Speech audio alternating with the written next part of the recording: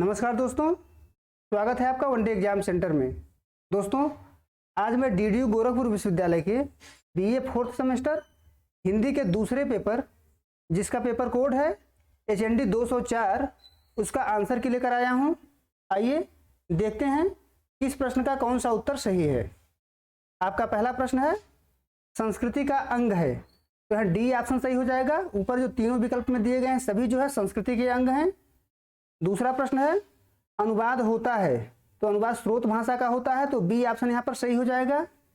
तीसरा प्रश्न है, विश्व संस्कृति के आंतरिक संवाद का हिस्सा है, तो यहाँ सी ऑप्शन सही हो जाएगा। अनुवाद जो है विश्व संस्कृति के आंतरिक संवाद का हिस्सा है।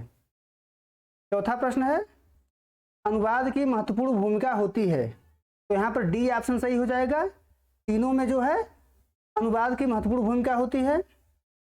पांचवा प्रश्न है, अनुवाद की प्रक्रिया में न्यूनतम भाषाएं शामिल होती हैं, तो न्यूनतम 2 भाषाएं शामिल होती हैं, एक जिसका अनुवाद किया जाता है और दूसरा जिसमें अनुवाद होता है, तो ए ऑप्शन पांचवे का सही हो जाएगा। छठा प्रश्न है, अनुवादक को अच्छी जानकारी होनी चाहिए, तो ए ऑप्शन सही हो जाएगा। अनुवादक को स्रोत भाषा व लक्ष्य भाषा की अच्छी जानकारी होनी चाहिए। सातवां प्रश्न है, बहुभाषिक समाज का उपयुक्त उदाहरण है, तो भारत है, तो डी ऑप्शन आपका सही हो जाएगा। आठवां प्रश्न है, बहुभाषिक समाज की सहज आवश्यकता होती है, एक संपर्क भाषा की सहज आवश्यकता होती है, तो सी ऑप्शन आठवां का सही हो जाएगा। नौवां प्रश्न है, बहुभाषिक समाज में अनुवाद के क्षेत्र हैं, यहाँ पर डी ऑप्शन आपका सही हो जाएगा, उपयुक्त सभी। 10वां प्रश्न है, अनुवाद समाज संस्कृति व भाषा को क्या करता है बताना है, तो समृद्ध भी करता है और उदार भी बनाता है, तो डी ऑप्शन सही हो जाएगा, यानी बी और सी दोनों सही हैं। 11वां प्रश्न है, रेनेसां यानी नवजागरण की चेतना के प्रसार में किसकी भूमिका नहीं है, तो दोस्तों ऊपर के जो तीनों ऑप्शन दिए गए हैं सभी की भूमिका नवजागरण में होती है।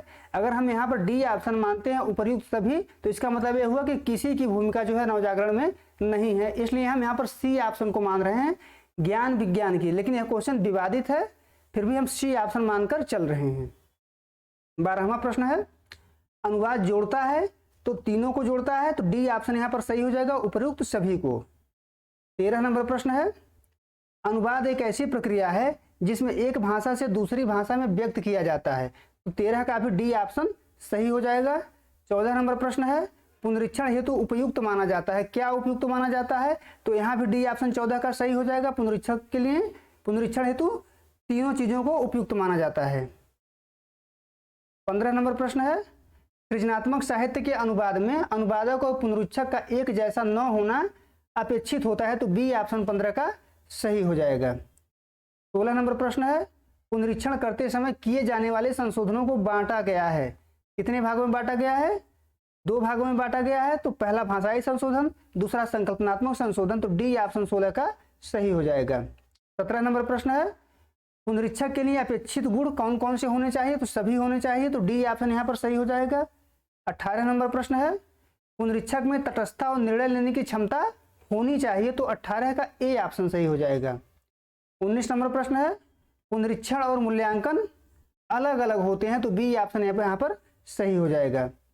20 नंबर प्रश्न है, अनुवाद की जांच से संबंधित प्रक्रिया है, तो दोनों है, तो सी ऑप्शन यहाँ पर सही हो जाएगा 20 का। 21 नंबर प्रश्न है, अनुदित पाठ की भाषा होनी चाहिए, अनुदित पाठ की जो भाषा होनी चाहिए सहज होनी चाहिए, तो डी ऑप्शन 21 का सही हो जाएगा। 22 नंबर प्रश्न है, अनुवाद प्रक्रिया का एक अंग है, पुनरीक्षण जो होता है अनुवाद प्रक्रिया का अंग होता है, तो बी ऑप्शन 22 का सही हो जाएगा। 23 नंबर प्रश्न है, जिससे अनुवाद की जांच के साथ साथ उसका परिष्कार संशोधन और संपादन होता है कहलाता है, क्या कहलाता है, पुनरीक्षण कहलाता है, तो 23 का ए ऑप्शन सही हो जाएगा। 24 नंबर प्रश्न है, अनुवाद मूल्यांकन की मुख्य पद्धतियां हैं, तो डी सी ऑप्शन यहाँ पर सही हो जाएगा, दोनों जो है अनुवाद मूल्यांकन की पद्धतियां हैं। 25 नंबर प्रश्न देखते हैं, अनुवाद मूल्यांकन के आधार हैं, तो सभी हैं, तो डी ऑप्शन यहाँ पर सही हो जाएगा 25 का। 26 नंबर प्रश्न देखते हैं, अनुवाद समीक्षा के प्रकार हैं, तो सभी सही हो जाएगा, यहाँ पर डी ऑप्शन यहाँ भी सही हो जाएगा 26 का।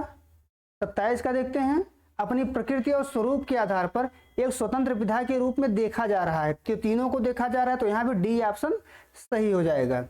28 नंबर प्रश्न है, अनुवाद प्रक्रिया के बाद शुरू होता है, तो समीक्षा भी और मूल्यांकन भी दोनों जो है अनुवाद प्रक्रिया के बाद शुरू होता है, इसलिए यहाँ भी सी ऑप्शन सही हो जाएगा, उपरोक्त दोनों। 29 नंबर प्रश्न है, अनुवाद समीक्षा के लिए अंग्रेजी में प्रयुक्त शब्द है, कौन सा शब्द प्रयुक्त किया जाता है?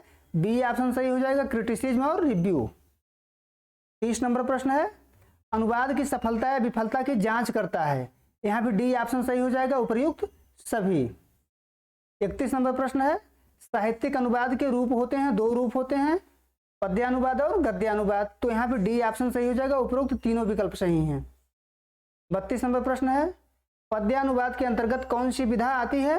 तो सभी आते हैं, तो डी ऑप्शन सही हो जाएगा, काव्य की सभी विधाएं आती हैं। 33 नंबर प्रश्न है, अनुवाद की सृजनात्मकता और रचनाशीलता की महत्वपूर्ण कसौटी है साहित्यिक अनुवाद, तो यहाँ पर सी ऑप्शन सही हो जाएगा 33 का। 34 नंबर प्रश्न है, रेत समाधि के रचनाकार का नाम है, तो गीतांजलि श्री नाम है, तो बी ऑप्शन 34 का सही हो जाएगा।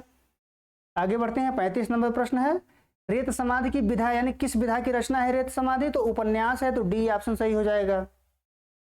36 नंबर प्रश्न है, रेत समाधि का अंग्रेजी अनुवाद करने वाली प्रसिद्ध अनुवादक हैं, तो डेजी रॉकवेल हैं, तो बी ऑप्शन 36 का सही हो जाएगा।